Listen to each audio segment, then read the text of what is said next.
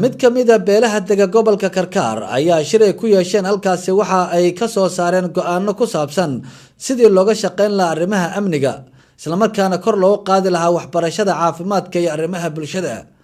iyagoo baaq u jeediyay jaaliyada ku nool ama ka soo jeeda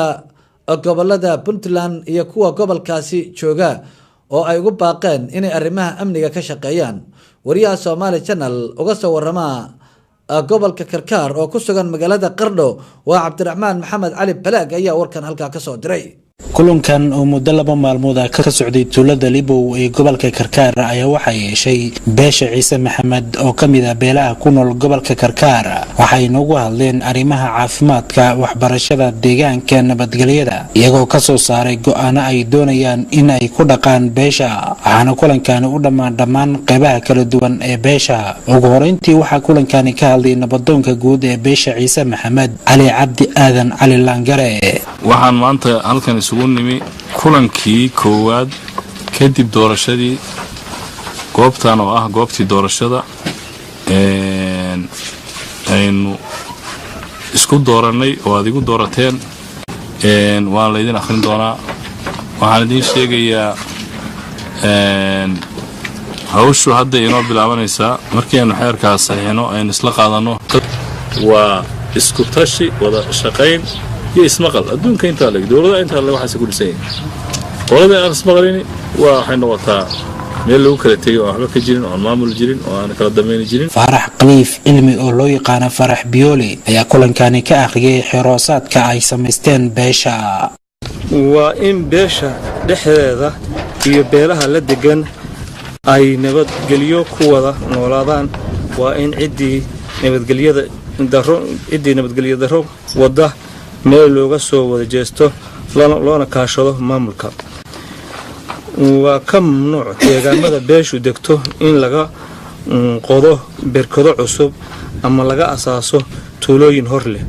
waa ka mamnuuc deegaanada beesha ka ganacsiga mukhadaraadka nooc u doon ha ahaade waa ka mamnuuc deegaamada beesha in laga gubo dhuxul cidii lagu helana si toos ah ayaan isaga dhicinaynaa annagoo la kaashanayna maamulka dilka camdiga ah waxa qofkii qof dila oo si ula kaca u dila laga go'aansaday oo beeshu ay ka go'aansatay qisaas waa in ninkii qof xabad ku rida lagu ganaaxo 20 milyan oo shilin Soomaali ah iyo 2 sano oo xarig Cabdiraxmaan Maxamed Cali Somali Channel tuulada Libow gobolka Karkaar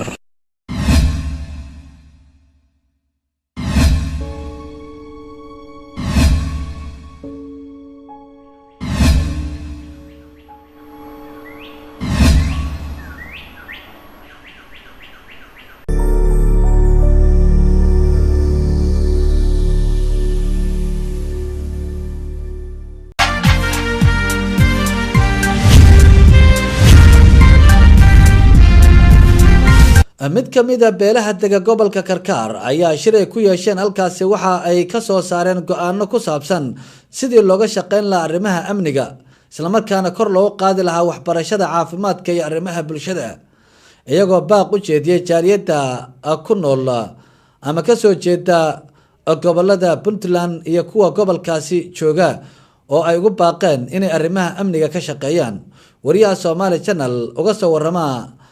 gobolka Karkaar oo ku sugan magaalada Qardho waa Cabdiraxmaan Maxamed Cali Balaag ayaa warkan halka ka soo diray kulankan oo muddo 2 maalmood ka socday tuulada Libow ee gobolka Karkaar ayaa waxa yeeshay beesha Ciise Maxamed oo kamid ah beelaha ku nool gobolka Karkaar waxay noogu hadleen arrimaha caafimaadka waxbarashada deegaanka nabadgelyada iyagoo ka soo saaray go'aano ay doonayaan in ay ku dhaqaan beesha waxaana kulankan u dhamaan qaybaha kala duwan ee beesha ugu horeyntii waxa kulankan ka hadlay nabadoonka guud ee beesha Ciise Maxamed Cali Cabdi Aadan Cali Langare